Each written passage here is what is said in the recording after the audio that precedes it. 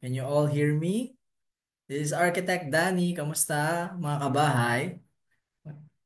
Alright, sige. Looks like we're actually nadadagdagan ngayong gabi dito sa Zoom. And sa ating, wow, may nag-comment na. Okay, one. Sige, nasanay na kayo. Yes, type 1 kung naririnig ako. Yes, thank you, Mr. JC. Yeah, 1. Yes. Thank you. Alright. Sige, hello rin sa ating Facebook Live. Right now, ilan na ba ang views natin ngayon? 1.5. 1.5K views na rin. Wow, ang dami na nanonood sa atin. Mukhang exciting ang gabing to dahil marami tayong matututunan at marami tayong makukuhang learnings para sa ating speaker tonight. So, ngayon 7 o'clock na and I want to start na rin regarding sa topic. So, gusto ko nang i-introduce sa inyo ang ating guest speaker. Okay? Our guest speaker for tonight is a Filipino entrepreneur and digital influencer dedicated to empowering fellow Filipinos, particularly those from provincial areas. She shares insight on business, travel, and personal development through her social media platforms. On TikTok, she offers advice on entrepreneurship and financial independence. One notable video discusses the importance of financial empowerment for women. Another video provides guidance for aspiring entrepreneurs. She also maintains an active presence on Instagram, where she shares content related on e-commerce, coaching, entrepreneurship, and lifestyle. She showcases her engagements and interests, including travel experiences. She is also the owner of Lucas and Lily's Farmhouse, a premier comfort hotel resort in Isabela. In addition to her social media endeavors, she contributes to the Gen Z's e-commerce masterclass, offering expertise in telemarketing within the e-commerce sector. This initiative aims to assist Filipino entrepreneurs in scaling their home-based businesses into large enterprises. She is the CEO of K Gold Beauty and the woman behind the male enhancer products Brusco Performax. Through her multifaceted platforms and initiatives, she continues to inspire and empower individuals, fostering growth and development within the Filipino entrepreneurial community. So without further ado, I would like to give the floor to the one, the only, Miss Leanne de la Cruz. Woo! Hey! Thank you so much, Architect Danny. And I'm very honored to be part of this discussion tonight. So excited akong i-share sa inyo kasi brand new lang din ako sa business, sa resort business. Pero so far, so good. Akala ko nun may hirapan ako. And I wanna inspire yung mga gustong mag-venture sa ganitong business na kasi sabi nila nung pumasok ako, marami ako naririnig na parang late na ako sa party. Kasi nung after pandemic, ang dami talaga nagbukas na resort and sabi nila wag ka nang pumunta dyan. Pero I wanna share and hopefully ma-inspire kayo na it's not yet late. Meron talagang profitability sa resort business. Yun. So, start na ba ako mag-share? Yes, you can start. All goods naman ang audio. Wow. Alright, thank you so Right. much. So, introduce ko lang po yung sarili ko and I would just like to share my screen. Yan.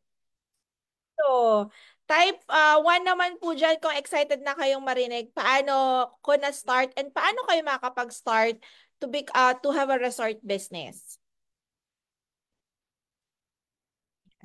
Thank you. Yan, dami. So, ang dami po. Sino po naimbag nga Rabi? Thank you so much, Ilocano si Sir. Sino po dito yung currently na nagpapatayo na ng resort? Type 2 po. Ayan. So, wala pa tayo. Pwede na po mag-share ng screen at architect. Yan. Pwede na. Alright. So,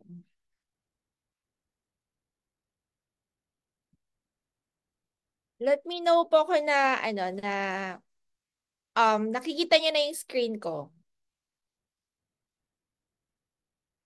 Ayan. So, I would just like to introduce po yung sarili ko. I'm Lian de la Cruz. So, brand new lang din ako sa business ng resort. Coming from, ano po ako, e-commerce business. So I'm the owner of K Gold Beauty Essentials Corporation. So magsi 7 years na this year running an e-com business. And yung pag-put up ko ng resort, it has been a vision 8 years ago. So bago pa ako talaga mag-venture into e-commerce, gusto ko na talagang mag-put up ng resort business kasi may nakita talaga ako na parang need or demand siya dun sa province namin. So I'm from Isabela, pero originally from different location ako sa Ilocos. And nakapangasawa ako ng taga Isabela. That's why nung nalipat ako sa lugar na to, parang doon ko nakita, nag-crave kasi ako ng parang leisure park, mga leisure area, and nakita ko na parang yung area ng Isabela is kulang siya sa resort or kung meron bang resort doon, hindi siya parang pasok sa standard ko. So sabi ko, dapat may ganitong resort dito. And na-realize ko kasi dun sa area namin, it's not a coastal area. So kapag kunyari nai-stress ka, nalulungkot ka, hindi ka basta-basta makakapunta sa beach kasi sobrang layo niya talaga. For you to go to coastal area or sa beach, you have to travel pa 4 hours. So sa Isabela kasi yung pinakamalapit na ano na doon na beach is sa Aurora, so sobrang layo. So sabi ko siguro kung meron ditong resort na maganda, mas okay kasi I think ngayon yung mga tao talagang hinahanap talaga nila yung paano mag-distress kasi yung ano yung pinagdadaanan kasi like sobrang stress sa work ganyan. So kailangan talaga ng tao or it's a basic need na talaga na magkaroon ng parang vacation place or staycation. And nakita ko dun sa Isabela na sobrang limited. So sabi ko, someday pag nagkaroon ako ng resources or enough funds, talaga magpuput up ako ng resort. And fortunately, after 5 years or after 6 years into e-commerce business, nakapag ano naman, nakapag-ipon, and then yung vision ko na magkaroon ng resort na punta naman siya sa reality. So, yun yung dahilan bakit nagkaroon ako ng Lucas and Lilis farmhouse. So, located siya sa Isabela. Share ko lang po. Ito po pala yung mga products ko. So, located po siya sa Isabela. So, ito po yung resort. Ano siya? Meron siyang fish pond na dalawa. And meron siyang 9 cabins. So, yun. So, na-realize ko kasi na doon, since walang coastal area, mas maganda siguro na yung may nakikitang parang tubig naman, yon. So, eto talaga yung parang pinaka-edge na nakita ko nun. We started hindi to resort, but it's a fish pond. So, yung kami kasi ng asawa ko, parang lagi kami nagtatry kung ano yung okay na business. And then, we ventured into fish pond muna nung nabili namin tong lupa na to. But unfortunately, hindi kami nag-profit doon. So, nalugi kami. So nung nalugi kami, that's when we parang we had to think another way para i-maximize yung ano, yung nabili naming lupa since ang laki niya talaga.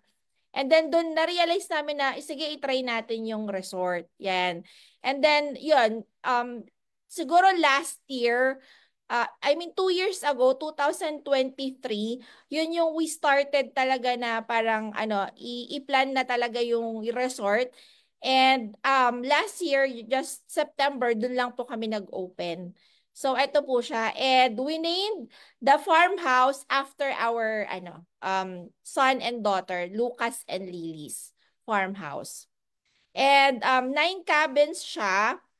But then, siguro a month lang, medyo nag-expand na kami kasi nag-based kami sa demand nung mga ano, ng mga guests namin.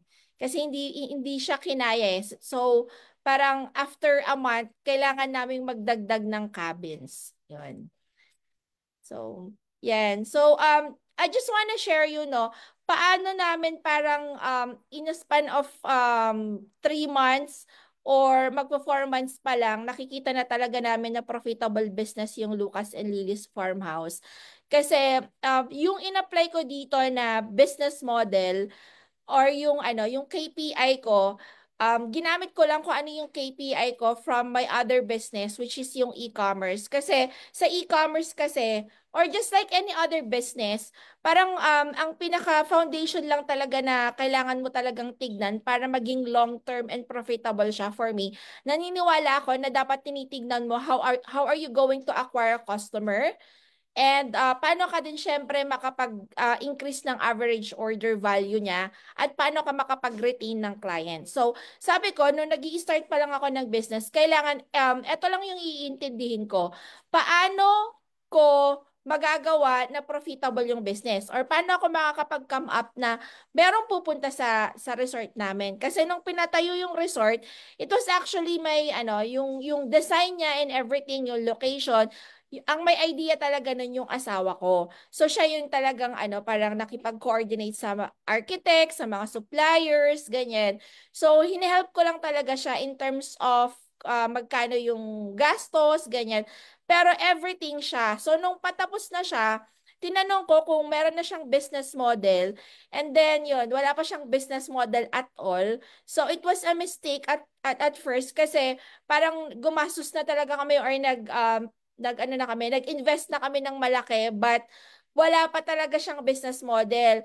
And buti na lang kasi nung pinatayo ito, nagra-run na kami ng business. So kahit papaano, kahit wala kaming background sa ganitong business, para marunong naman kaming magnegosyo. So tinulungan ko siya paano kami magka-come up ng business model. So sabi ko, kailangan mag-targeting tayo.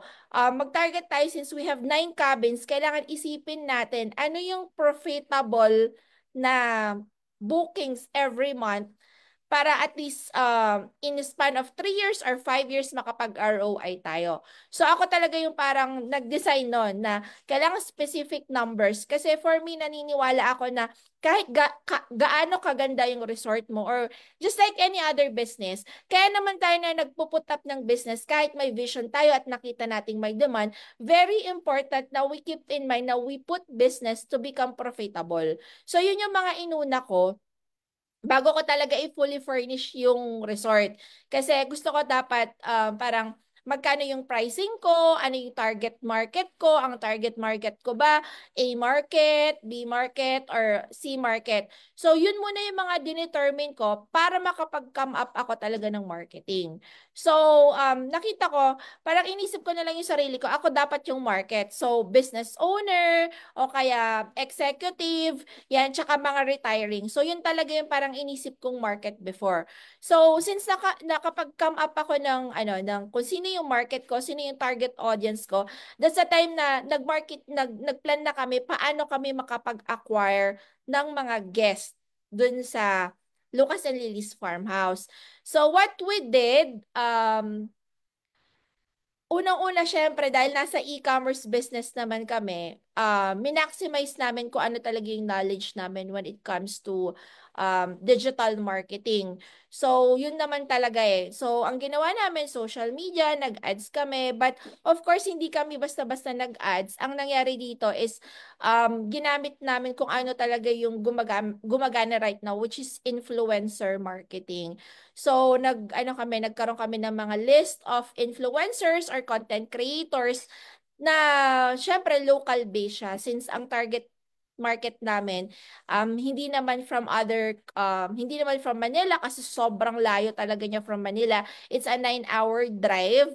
So yung mga kinuha talaga namin hindi pang national na influencer or content creator, but we started with the local influencers.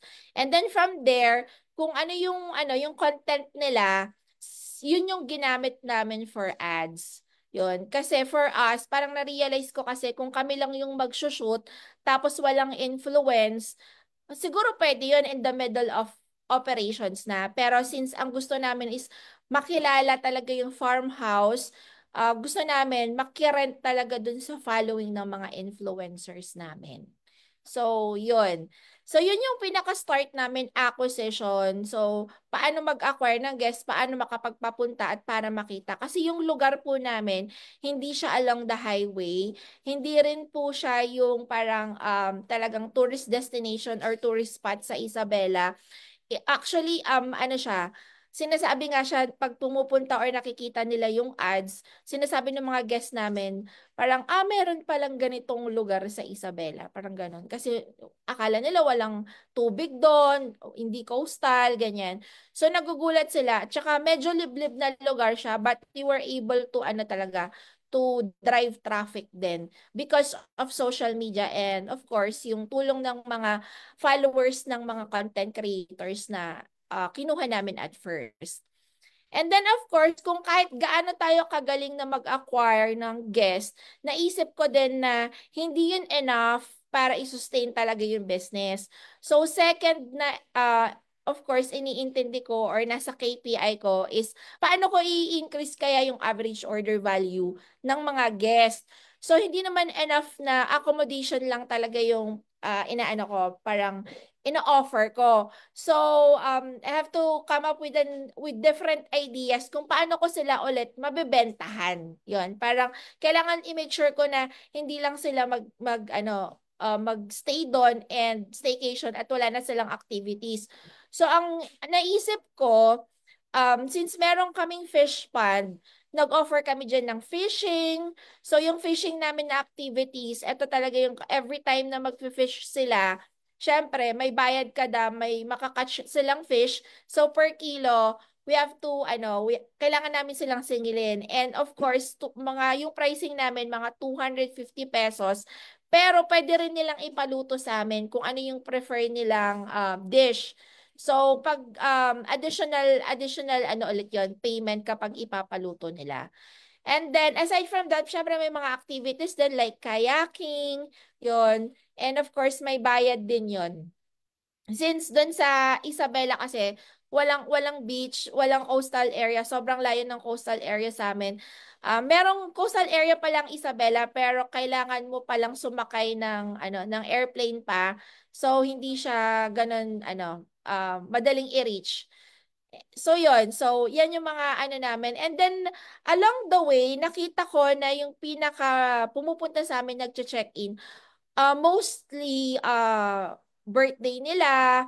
Nakita ko din kasi yung market na parang right now hindi na talaga uso mag-birthday sa bahay because of inconvenience. Syempre, pag magpa-party ka sa bahay, yung inconvenience ba na kailangan mong mag-asikaso, I mean yung inconvenience after the party na kailangan mo talagang alam mo yon, you have to take care of yung mga leftovers or ikaw yung maglilinis. So right now, since nakita namin na yun na yung trend, nag-offer na rin kami talaga ng mga event packages like birthday, nag-arrange kami niyan. So, nag-offer kami ng surprise. Pwede kaming mag-arrange ng surprise ng birthday, anniversaries, of course, additional income yon or additional payment ng mga guests.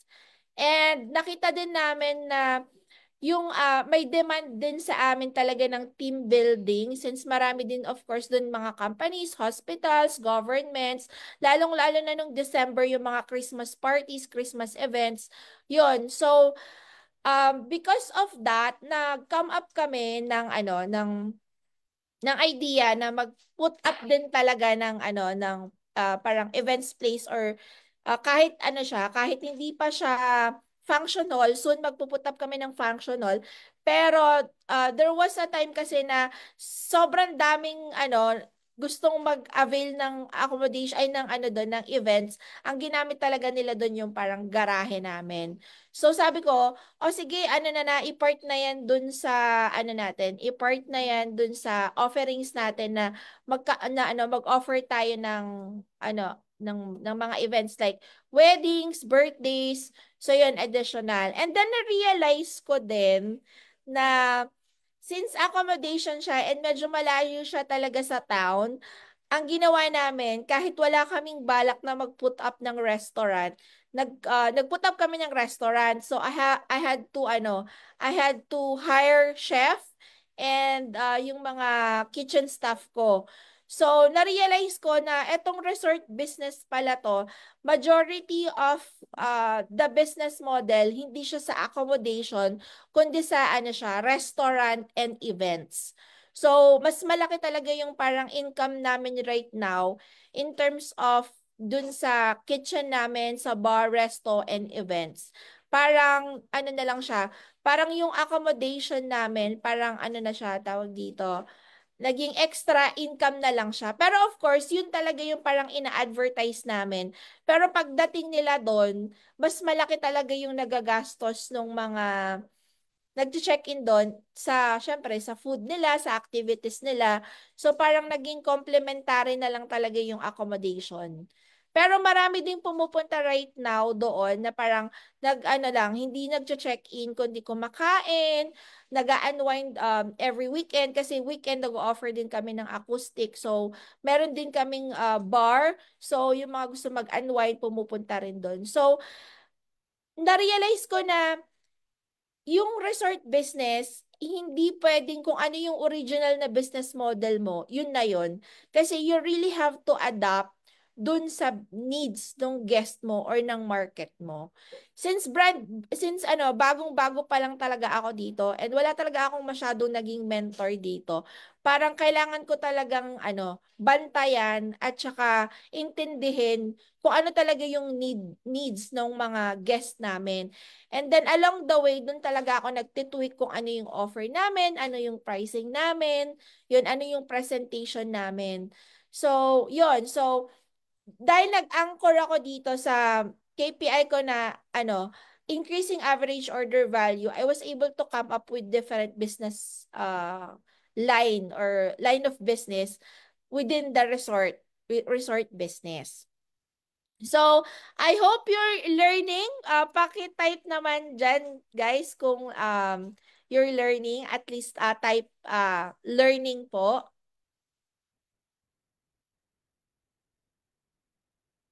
Yan. Great. Thank you so much. Later po, if you have questions, you can ask. So, thank you. Alright. Ano ba to? Wait lang po. Paano ba to, ano? I-minimize.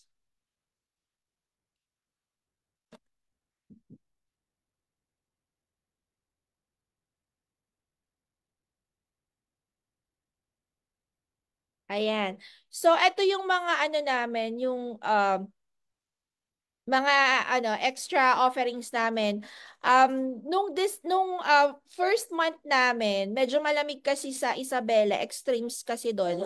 Kapag summer super init, kapag malamig naman like bare months up until February, sobrang lamig. So na-realize namin na since bago siya, tas talagang nag-trending because of the content creators na mga hinire namin and of course nag-ads din kami. Marami talagang pumunta doon and then yung 9 cabins namin hindi enough. So, nag-put up kami ng mga mini cabins like this one, at least 3 para i-try. Medyo mababa lang naman yung investment namin dyan, around 100,000 plus or 150, parang ganon. So, sabi ko, sige, mabilisan, kaya naman natin gawin yan. Since medyo tumaas talaga yung demand, and hindi naman siya ganun kasakit if ever hindi siya i-avail kasi parang nag-iba kasi yung design niya compared dun sa una naming mga cabins. And fortunately naman po eto talagang nung right timing din kasi Burmans, na-fully booked din talaga siya. And then, every weekend, nakukulangan pa rin. So, 9 cabins plus 3 naging 12 siya, nakulangan pa rin. So, sabi ko, since yung asawa ko kasi, sobrang hilig niya sa 4x4, nakikip 4x4 siya. So, as a business owner, parang iniisip ko, paano ko kaya ma-accommodate tong mga nagpupunta dito na nag-walk-in? Sayang naman, hindi ko sila, parang pera na, nagiging bato pa. So, bulb moment, parang nakita ko yung mga sasakyan, nakita ko yung sasakyan ng asawa ko na, eto yung FJ Cruiser, mahilig din kami mag-camping. And then nakita ko yung area kasi namin, medyo pang-camping style din kasi may fish pond, tas malamig nung Burman. So, sabi ko lang, nung may mga nag-walk-in, sabi ko dun sa staff ko, try mo nga i-offer yung camping natin, yung FJ camper natin, kung pwede, kung gusto nilang i-avail, 3,500 sabi ko. And yun, nag-grab naman. So yun, sinali ko na siya dun sa accommodation namin. And na-realize ko dito sa resort business, hindi siya yung parang kailangan mo lagi mag-iisip kung ano yung bago mong i-offer sa tao or sa mga guest mo. Kasi hindi pwede kung ano yung meron ka nung nag-start ka, yun pa rin pag after a month, after 2 months, or after 3 months. Kasi parang every time, kailangan may binabalikan silang bago or meron kang pinupost na bago kang offering. Parang ganun. So, ano naman, sobrang na ROI ko na tong FJ camper ng asawa ko, yung camping lang, yung pinang set up lang. So, medyo na ROI ko na. And then, sabi ko, since meron pa siyang isang sasakyan, inano ko din, parang pinalagyan ko din ng tent, camper din. Safari camper naman yon. So, yun yung parang mga brand new namin, mga bago naming offerings. And every weekend talaga na siya na a-avail siya. And then hindi rin enough yung campers since parang na-introduce na namin yung camping style doon. Nag-offer na rin talaga kami ng mga camping tents. And meron talaga, lalo na nung December, may mga nagte-tent sa amin, nagka-camping, 30 packs for camping lang, ganyan. Pero medyo in-stop ko siya kasi ayoko talaga maging crowded yung place. Pero nag-extend na kami for campsite lang. Parang nag-test lang kami nung December and January. Pero yun nga, na-realize ko na hindi siya ganun pa ka-okay sa akin kasi maliit pa yung pool ko. Ayoko naman na maging crowded. Gusto ko parang convenient pa rin yung mga tao. So, ngayon, yung mga campers lang, FJ camper and safari camper yung ino-offer ko. Pero currently, nagbi-build na yung husband ko for talaga, yung area for camping. Yun. And then, since Instagrammable yung lugar, syempre nag-offer na rin kami ng prenup, ganyan. So, marami talaga, halos every week may nagpi-prenup sa amin. And ang ginawa ko dito, since nasa e-commerce ako, may creatives team ako, parang yung iba na events, kami na rin yung nagko-cover ng photography nila, ng videography, ganyan. So, parang all-in-one ko na kung ano yung kaya kong i-offer sa mga guests namin. Yun yung ino-offer ko. And karamihan talaga ng namin, ng pumupunta sa amin, hindi na lang accommodation, kundi talagang yung dinner, lunch, kasi parang siguro nagsawa na yung mga, yung mga taga sa amin, dun ko ano yung mga available restaurants doon. Parang, na natuwa sila na may pupuntahan silang medyo liblib na lugar, pero nag-offer kami ng mga Filipino dishes. Yan. So, ito yung mga additional offerings ko sa kanila, parang pang-upsell ko, pang-cross-sell ko. So, kung kayo gusto nyong mag-put up ng resort, for me, ito rin yung mga kailangan nyo talagang tignan. Ano pa yung mga pwede nyong ibenta or i-offer sa mga guest nyo para maging mas delighted sila. Yun. And of course, hindi lang naman pwede yung puro tayo acquire ng customers, puro average, yung pag-increase ng average order value, kundi inisip ko din talaga, um, since ang binebenta namin, accommodation or service, ang gusto namin long term, yung experience talaga. So yung ginawa ko dito naman is, minake sure ko yung team, kasi kahit gaano kaganda yung location mo, parang sa akin hindi yun hindi yun enough para mapastay yung isang guest or yung mga guest. So, early this year, sabi ko, hindi pwede na maganda lang kasi yung natin, yung resort natin. Kailangan magaling talaga yung team. So, yung ginawa ko early this year, kung ano man yung parang kinita ko last year for 3 months, ininvest ko ulit siya sa resort. Hindi sa pagpapaganda ng resort, kundi paano ko papagalingin yung team ko. Yung team ko sa kitchen, team ko sa accommodation team or sa mga room attendants, kailangan magaling sila. Sa reception, sa customer service ko, dapat magaling sila. So, sabi ko, hindi pwede na wala silang training. So, ang ginawa ko, I had to hire talaga isa sa mga nagtitraining sa mga Boracay hotels like Discovery Hotel. Hinire ko siya and I had to pay him almost 7 digits kasi gusto ko magaling talaga sila. Kasi eto, hindi naman to parang ang laki na ng investment ko dito. Hindi pwede yung tao ko or yung team ko, hindi sila magaling. Kasi okay, pwede ako mag-invest ulit ng additional cabin na worth siguro 15 million, 10 million.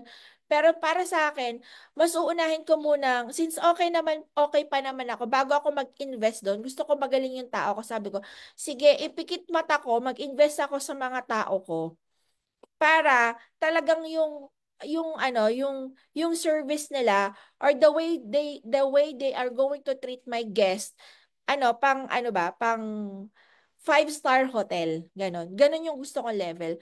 So ganon po yung ginawa ko, nag-hire talaga ako ng mentor namin or coach namin, trainin kami for 1 week. So yung training niya from the time na nag-inquire yung guest through phone, nag-inquire yung guest through chat, ano yung i-respond, paano magbebenta sa customers kapag nag inquire sila, pag pumunta sila sa pag pumunta sila dun sa resort namin, paano yung reaction, paano yung facial reaction. So, ganun po yung parang trinain. So, hindi lang kung paano yung mag-housekeeping, paano mag-present, hindi. Kundi, paano talaga mag-present or ang tawag nga dun sa training namin is showtime. Paano ka? Kasi naniniwala kami na every time na may guest kami, it's showtime. Kailangan magaling kami dun. Magaling kami paano namin i-welcome yung mga guests namin. Na from the welcome pa lang, sobrang delighted na sila up until pag-check out nila.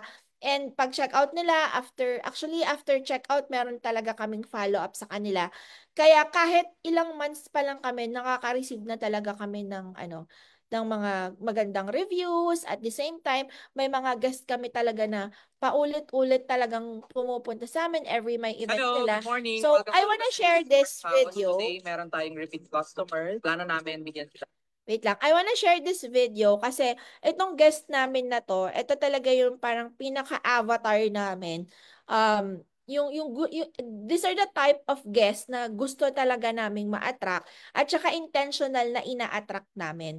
Kasi when we were starting, um, do alam ko na kung ano yung market ko, pero syempre parang hayok pa talaga ako nun na magkaroon ng kung sino yung gusto mag-check-in, sige mag-check-in kahit anong type of customer, basta kung kaya mo mag-check-in ka. But then na-realize ko na kailangan talaga mag-set ka din talaga kung sino talaga yung gusto mong ma-attract na guest. Kasi nung nag-i-start kami, may mga na-attract kaming guest na hindi talaga namin target market. Kumbaga parang ito yung mga guests na magbibigay sa'yo ng stress. So, i-share ko lang, meron kasi before na gabing-gabi na, nakiusap sila na mag-check-in sa akin kasi bumabagyo. Ayaw talaga namin sana magpa-check-in. Pero since naawa ako, pina-check-in ko. And then, hindi ko na syempre parang naawa na lang ako.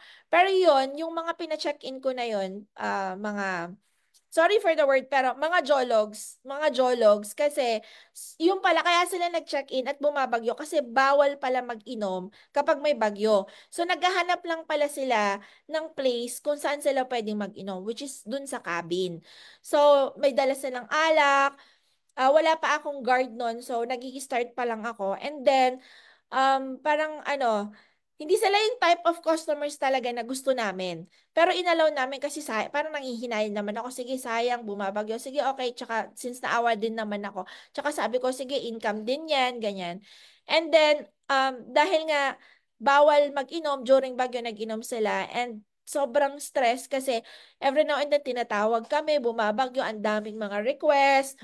Tapos ang gusto pa nila, may motor sila, ipasok nila yung motor nila sa cabin kasi bumabagyo. Parang gano'n. So, sabi ko, hala, hindi pwedeng ganito yung mga guest natin. Kailangan talaga yung mga mag-guest natin, ma-profile natin na, na, yung kumbaga nakakaintindi talaga sa type of accommodation na ino-offer natin. So yun. So I just wanna share na kapag meron kayong resort business, talagang intentional kayo kung sino yung mga i-attract nyong guest. And itong guest namin na to, particular, ito talaga yung target market namin. And 3 times na sila nag-check-in sa amin. And then, na-realize ko yung every parang may event sila, anniversary, birthday, dun yung parang go-to place nila. So, nung na-realize kong birthday niya that time, talagang nag-invest kami ng surprise sa kanya. Talagang coming from the pocket of the resort. So, share ko lang yung video sa inyo. Ng token of appreciation. So, tara, surprise natin sila.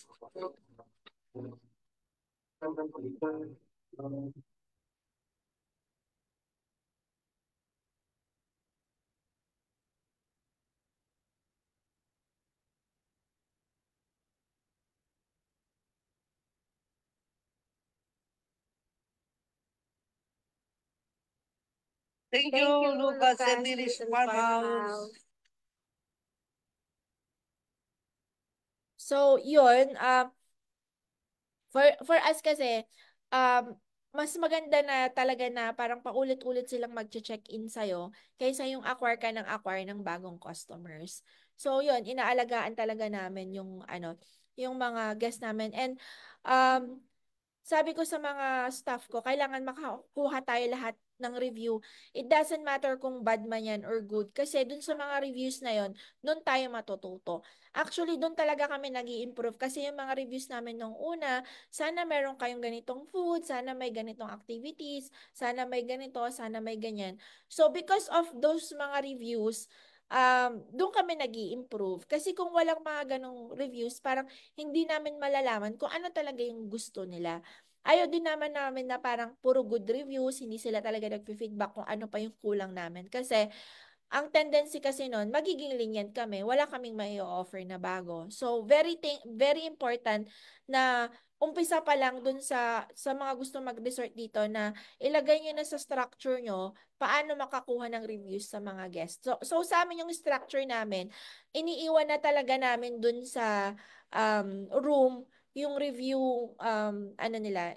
Gusto namin written at saka digital both kung pwede. Pero syempre mas gusto mas kasi yung iba eh. Yung iba kasi parang nakakaligtaan mag-review online kahit maganda yung experience nila. Pero kapag parang sinet mo or ni-remind mo sila doon sa room pa lang nila na hello, pwede pong mag-review ganon. Iniiwan na talaga namin yung paper kung saan sila magre-review. Yon. So, almost naman lahat ng nagche-check-in sa amin may review, and before mag-check out tinatanong ko na fill out ba yung form na yon kasi importante sa amin talaga yung review. Hello, good morning. Kami Welcome to Lucas and makakapag-come Lilis up ng Farmhouse. Today, meron tayong repeat customer. Ayan. So yan, ito yung mga few reviews namin from our guest. Yan. And so far, yun lang. Siguro ito lang yung mga yung mga ma-advise ko sa inyo. You have to start simple, and then of course, kasi nung una, since sabi ko, shucks, ang laki ng investment pala sa resort. Sabi ko, paano kaya ma-ROI to? So sobrang before mag-open yung resort, ang dami kong iniisip, ang dami naming mga parang mga ganito yung gawin natin, ganyan, ganto. Sobrang complicated sa umpisa kasi nangangapa pa kami. Pero nung nandun na kami, nung nag-start na kami, simple lang pala, you just have to know kung ano yung KPI mo sa business para maging profitable siya, para hindi ka ma-stress. Ano ba yung parang metrics mo para masabi mong okay ka na it's a good run. Parang this month okay ka, next month you have to improve. So, ang mga kailangan mong intindihin, ilang bookings ba ang kailangan mo para masabing profitable ka? Or ilan naman yung break-even mo? So, kailangan nililista mo or nagfo-forecast ka ano yung mga gastos mo or expenses. And then, of course, ano naman yung pinaka-worst mo? Kasi kailangan ilagay mo yun eh. Kasi kung wala yun, mas lalo kang stress. Mas lalong hindi mo alam talaga kung paano ka magka-come up ng strategy. Kasi for me, kapag alam mo yon na, kunyari, nandun ka sa pinaka-worst month mo, dapat meron ka ng ano doon, meron ka ng strategy. Kapag eto lang yung booking ko for the month, I should do this. Ganon. So, start simple. You just have to know your numbers. Yun. And then, kapag nakapag-start ka na, very important na yun, may reviews ka, and then dun ka kasi mag-base kung ano yung mga activities or kung ano yung mga i-offer mo. And syempre, ang ginawa pala namin na I forgot to share, kailangan mo din kailangan mo din mag-check kung ano yung mga competitors mo doon. And kasi sa akin naniniwala ako na kahit may competitors ako doon, kailangan kong ma-check kasi kahit bago ako, gusto ko ako na yung pinakamagaling. Hindi naman parang parang iniisip kasi baka minsan iniisip natin na ang tagal na kasi nila sa market. Kami nagsisimula pa lang. Hindi naman yun eh. Dapat sa akin ang ginugol ko, kahit matagal na sila sa market, kailangan ako yung pinakamagaling. So paano ako makikipag-compete sa kanila or how can I make it better? Ano yung mga lapses nila? Ano yung mga pagkukulang nila? So ang ginawa namin is syempre for you to check kung ano yung pagkukulang nila. Be a guest dun sa mga competition nyo, sa competitors nyo. Mag-check-in kayo doon. Yun. Come up kung ano, observe and i-check nyo kung ano yung maganda sa kanila. Of course, kung ano yung maganda sa kanila, i-apply mo and make it better. So, ganun po yung ginawa namin. And then yun sabi ko nga, kailangan mag-focus ka on profitability per guest. So, sa akin, right now, nag-i-invest ako sa advertisement. Pero, para hindi ka parang ma-stress kung magkano ba yung i-invest ko sa ads sa resort, kailangan magkaroon ka ng numbers na ito yung parang cost per acquisition cost. So, kailangan malaman mo magkano yung willing mong gastusin para makapag-acquire ka ng isang guest. So, yun, doon ako since coming from e-commerce nga ako, yun yung mga numbers talaga or mga data na binabasa namin sa e-com.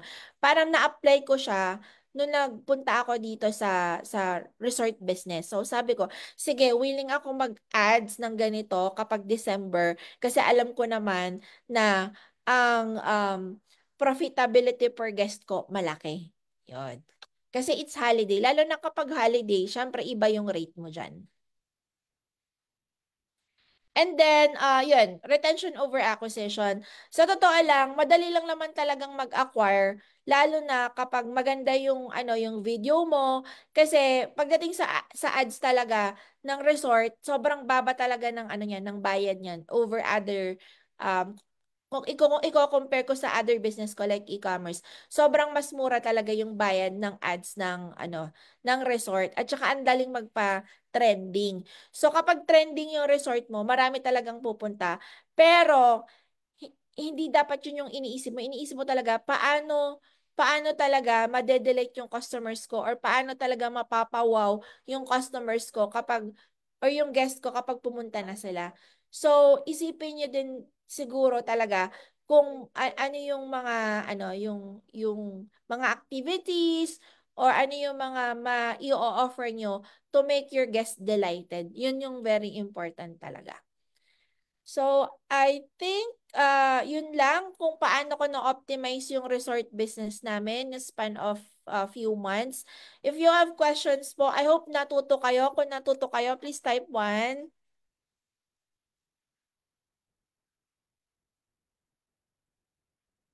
Yun, dami pong learnings.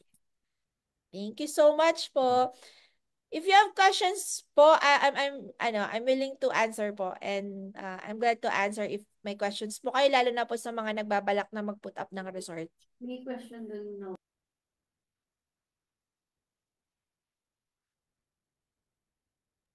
Okay, basahin ko na lang yung question. May nag-question kasi kanina na, is it advisable to invite vloggers to your resort?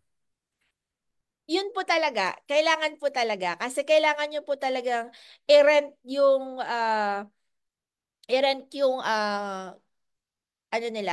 following nila Pero ito lang ma-advise ko kasi syempre ito yung experience ko na marami na kami in-invite na mga vloggers, content creators, and na-realize ko hindi lahat worth inviting. Okay? That's a good question. So, we were so lucky kasi yung una talaga naming in-invite, medyo nagkaroon na ako ng research kasi yun nga, yung experience ko po sa e-commerce, medyo in-apply ko talaga siya dito. So ang una-una kong ginawa, pre-profile ko yung mga content creators. Pag profile ko doon, yung kahit hindi siya ganun kalaki, basta i-make sure mo na yung mga fini-feature niya, nag increase ba yung foot traffic right after nilang i-content yung location. So, applicable ito sa local actually sa national din. Pero kapag yung sa resort business na katulad natin, important na bago ka mag-invite, tignan mo muna yung content niya. Kung kunyari may kinontent siyang resort, right after ba na i-content niya yon, um, kumusta yung foot traffic nung resort na yon. So sa akin naman, in-invite ko naman yung mga nag-content ng mga restaurant, and then may mga napatrend silang restaurant. So yun yung mga in-invite ko. And ano naman, okay naman. May mga in-invite din ako na super well-known talaga sa area namin, but hindi siya naging ano parang profitable. Pero okay lang kasi kahit papaano parang naging ano siya, nagpa-build siya ng credibility na pinupuntahan siya ng mga content creators. Ganyan. So, ang question, paano po minamanage yung booking? Anong ginagamit na system softwares? If for example po, iba-ibang social media platforms, yung bookings, paano po yung point of sale system na ginagamit? Actually, Google Sheet lang okay na po. Pero kung gusto niyo po talaga ng high-end, hospitable.com po, yun ginamit din po namin. Pero parang na-realize ko kasi may monthly payment siya. Kaya naman siyang i-manage sa Google Sheet. Basta okay yung ano mo, pagkaka pagkakagawa mo ng template mo. 'Yun. Gaano po kalaki yung area ng resort, and advise you po ma'am for capital ma'am if mag-start ng resort ma'am? So, yung gaano kalaki, it depends po kung ano po yung master plan nyo. I would suggest, mag-ano muna kayo, mag-isip kayo kung ilan ba yung pwede nyong i-accommodate. Kasi iba-iba po yan. Like yung sa amin po, maluwag po talaga siya. Kasi meron siyang fish pond. Yung fish pond namin around 2 hectares na yung isa. Plus less mga 800 po ata yung isa. Parang ganun. Malaki talaga. Kasi sa Isabela, malalaki talaga yung mga lupa po doon. Hektar-hektarya po talaga yung pinag-uusapan doon. And since yung view po talaga yung ino-offer namin, pero yung mga cabins niya, hindi naman po ganun kalaki. So, depende siguro kung ilan po yung plan nyo na cabins. And ano yung mga activities. Kasi importante po yung activities. Activities po. So, hindi lang po yung parang accommodation niya. How small or big is the land to start a resort business? Arky, Dani, ikaw siguro ang makakasagot nito kasi depende din po. Yan. Yeah, it depends actually po for the type of land. Pero resort po kasi yan. So at least leisure and hospitality, it goes hand in hand po kasi. So kailangan talaga medyo may malaking space po kayo for a resort business. Okay. Gain po kayaking area ng resort ang advice nyo po for capital, ma'am. For capital po, it depends po sa target market nyo. Pero kapag resort, ano po talaga, pag yung mga ganitong, bigyan ko na lang po kayo ng idea. Dun sa cabins namin, around 400 plus po yung per cabin. Yun. And then, syempre, yung landscaping niya, may landscaping ka dyan. And then, tawag dito, yung pool, medyo mahal din yung pool kasi ang nangyari sa amin, ito talaga importante talaga mag-hire ka talaga ng architect sa umpisa pa lang kasi nung umpisa parang yung asawa ko kasi frustrated engineer siya eh. So siya kaya niya, meron kaming creatives team na undergrad siya ng architecture. Tapos, ano din siya, meron kaming engineer na civil engineer. Pero syempre, iba naman kasi talaga yung knowledge ng engineer. So, ang ginawa namin noon, nag-DIY kami sa pool. So, yun, ang nangyari, ano kami, nagkaroon kami yata ng 3 contractors sa pool pa lang. So, sabi ko, iba talaga kapag meron tayong architect. So, umpisa pa lang natuto na kami doon. Yun, kaya importante ang architect po. Yun, kasi nung umpisa, parang sabi ko, parang ang mura naman ng, ang mura nung quote sa atin. Kaya sige, kinuha namin. Yun pala, yung iba pala, mag-ingat po kayo dito, hindi porket mura, totoo na po yun. Kasi minsan, gusto lang talaga nilang magka-project kahit hindi sila kikita. Tama ba ako, Arkidani? Nangyayari po ba Correct talaga? po, number one problem talaga yan. Kaya at least magsimula na kayo sa tamang process kasi hindi nyo naman pagsisisihan dahil investment naman yan. Mm. Ang nangyayari po kasi lalo na kapag mga bago, gusto lang talaga nilang magka-portfolio, sige kuha lang sila ng project. Pero ang may tendency po kasi na kinukuha lang nila pero hindi talaga totoo yung costing na sinasabi nila. So, yun, magkakaroon po kayo ng stress doon. So siguro pa-advise po tayo kay Arkidani ng ng totoong pricing depende po sa area nyo po. Yun. And then, question dito. Mas trending ba ang resort mo pag ang design ay Bali Villa? Depende po siguro. Kasi yung sa amin, farm resort po. Since ang ano talaga namin, ang parang nakita ko kasi na maganda doon, yung may ano siya, meron siya. Depende siguro sa location at saka yung ipapadesign nyo. Hindi lang naman po Bali Villa ang nagte-trend ngayon eh. Meron dito yung mga Greek, ang dami na po talaga. So depende po sa type of market nyo din. Tsaka minsan kasi kung nasa area ka na puro Bali Villa yung ino-offer din, siguro parang kailangan magkaroon ka din ng something to offer. Gaano po kalaki yung area ng resort niyo, Ma'am Lian, and advice niyo po, Ma'am, for capital if mag-start ng resort, Ma'am. So, yung area po ng resort namin, um, total po yun, 5 hectares, pero hindi pa po lahat nagagawa. So, kumbaga, hindi pa kasi nag-iipon pa. So, ang ginawa na lang namin, para hindi siya parang maging chop suey, parang nagpagawa na kami ng master plan. So, it doesn't mean naman na kapag kunyari malaki yung area nyo, igagawa nyo na agad yon. Kasi kung hindi naman enough yung capital, I would suggest kung ano yung una mong kayang i-put up and then you can make a money out of it, pwede yon. Pero importante, may master plan ka. Kasi yung master plan, parang dun ka na talaga mag-a-anchor na, oh, okay, eto na yung next. So, from cabin, puput up tayo ng accommodation, ay, ng function hall, ganyan. Kasi, um, nung una, since yung husband ko nga, frustrated engineer siya, ang dami niyang idea. So sabi ko, hindi, kasi parang aligned yung design mo dun sa team na natin. So sabi ko, mas hindi siya magiging okay kahit magaganda yan kung hindi naman, kumbaga parang interconnected dun sa design or dun sa team mo, magiging hindi siya kaaya-aya, sabi ko. So sabi ko, mag-come up na lang, magpagawa na lang tayo ng master plan sa architect talaga. Kaysa yung may nakita tayo sa Pinterest, ilalagay natin, i-infuse natin doon. Parang baka magsisi ka. Parang ganon. So mararami rin po pala kaming mistakes na nag-i-start kami. Like yung kulay ng loob ng cabin namin. Yung unang mistake ng asawa ko nun kasi brown lahat. So sabi ko parang ang sikip tignan kung puro brown, brown lahat. Tapos iba-iba pang shades of brown. May brown siya na light, may dark, ganon. So sabi ko, parang mas okay pag white kasi yung white parang nakakaluwag siya.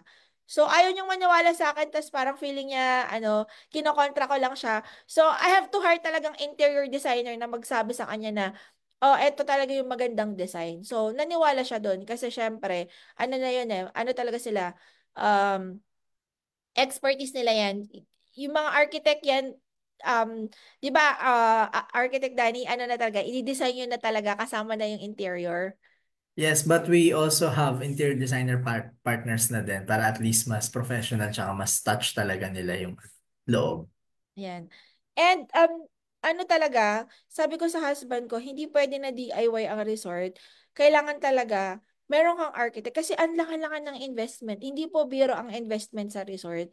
So, kung i-invest ka na ng malaki, make it sure talaga na ano na yung expertise na talaga ng kumbaga mag-hire na ng expert person to really help you. Yun.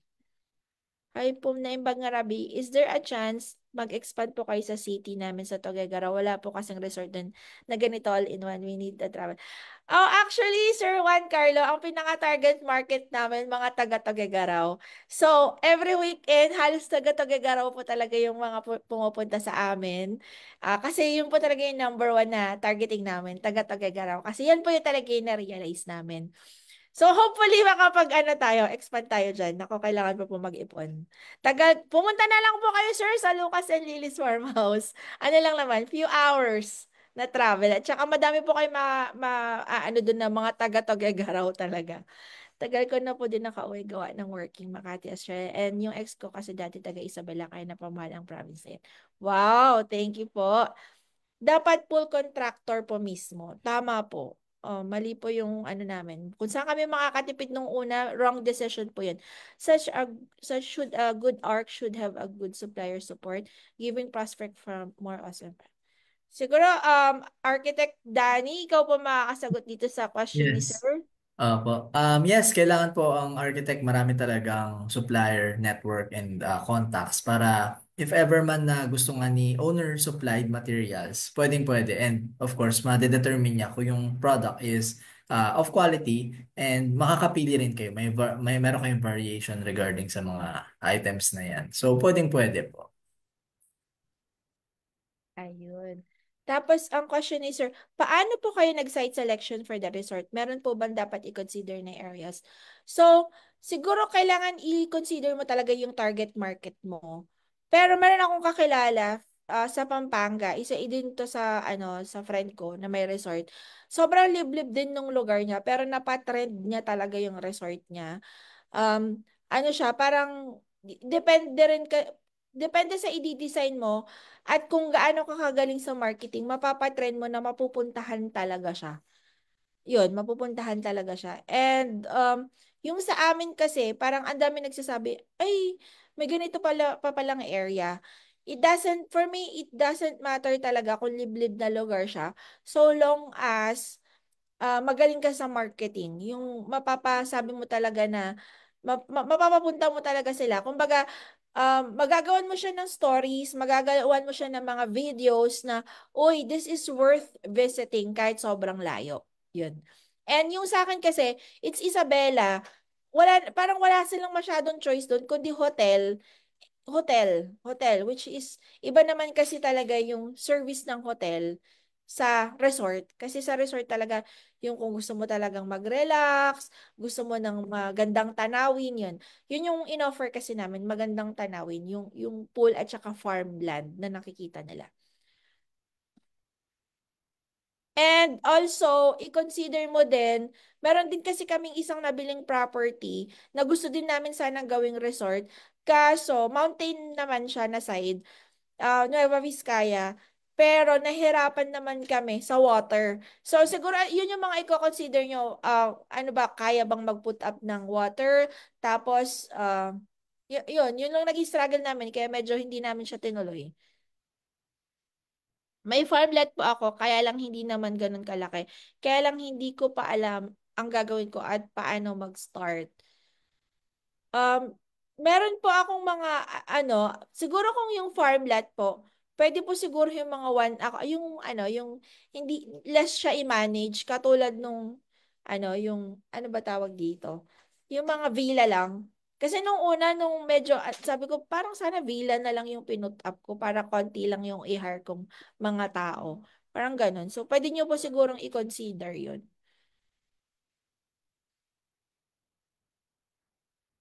How can you Ayun, si Arc Danny na yan. May question po. How can architect help lower down construction costs without compromising the quality of the structure? Architect Danny, mahal ba professional fees? You can message me na lang po directly for that. But yeah, we value engineer naman po yung mga kailangang i-reduce na cost para hindi naman po sobrang taas ng construction. It depends on the design na rin po ng mismong structure. And of course, quality is still, even if medyo mataas po siya, it's still an investment pa rin naman po. So, mag-invest na rin po tayo sa quality. It's no harm naman po kung magdadagdag tayo ng few cost for that. And siguro yung ma-advise ko din, for example, kapag meron na kayong resort and you want to expand, make sure na yung expansion nyo talaga, parang medyo, ano na, demand na talaga siya. So, sa akin kasi, nakita ko talaga na ang demand, parang dinidemand na ako ng mga guest or ng mga tao na mag-put up ng function hall. So sabi ko, since ano na-test na natin na may mga nag-i-event sa atin, yung iba naghahanap talaga, siguro mahina yung inquiries namin sa isang araw na 3 sa 5 events. So sabi ko, yan yung next na level ng resort natin. So sa resort business, hindi lang pala siya kung ano yung naumpisahan mo, kundi ano yung mga ano mo, yung parang ano pa yung mga other na pwede mong i-offer. And lalo na kapag yung mga guest mo na or yung market na talaga yung nagde-demand ng expansion mo. Okay lang yun na mag-put up ka ng resort kahit walang function hall or pwede naman function hall muna bago accommodations, ganyan. Hindi naman kailangan perfect agad yan eh. Mas maganda nga yung may itest ka muna na isa and then pag nagkakaroon ka na ng evidence na uy, kailangan mo na ng ganito, then that's the time you expand. Siguro that's the time na parang magkakaroon ka na talaga ng ng lakas ng loob na kahit i-bank loan mo yan, at least na forecast mo na profitable siya. Unlike kapag okay, gusto kong mag-put up ng resort, iba-bank loan ko, pero wala ka pang parang evidence or tested market, medyo stress ka lang doon. Yung ganon. And kung meron man akong isang ma-advise, kapag magre-resort business ka, wag mo munang iwan talaga kung ano yung current na business mo kasi medyo, ano siya, kailangan mo muna siyang i-make sure na sustainable siya before talagang i-full time mo siya. Yan. So, that's all. If you have questions, pwede pa pong magtanong.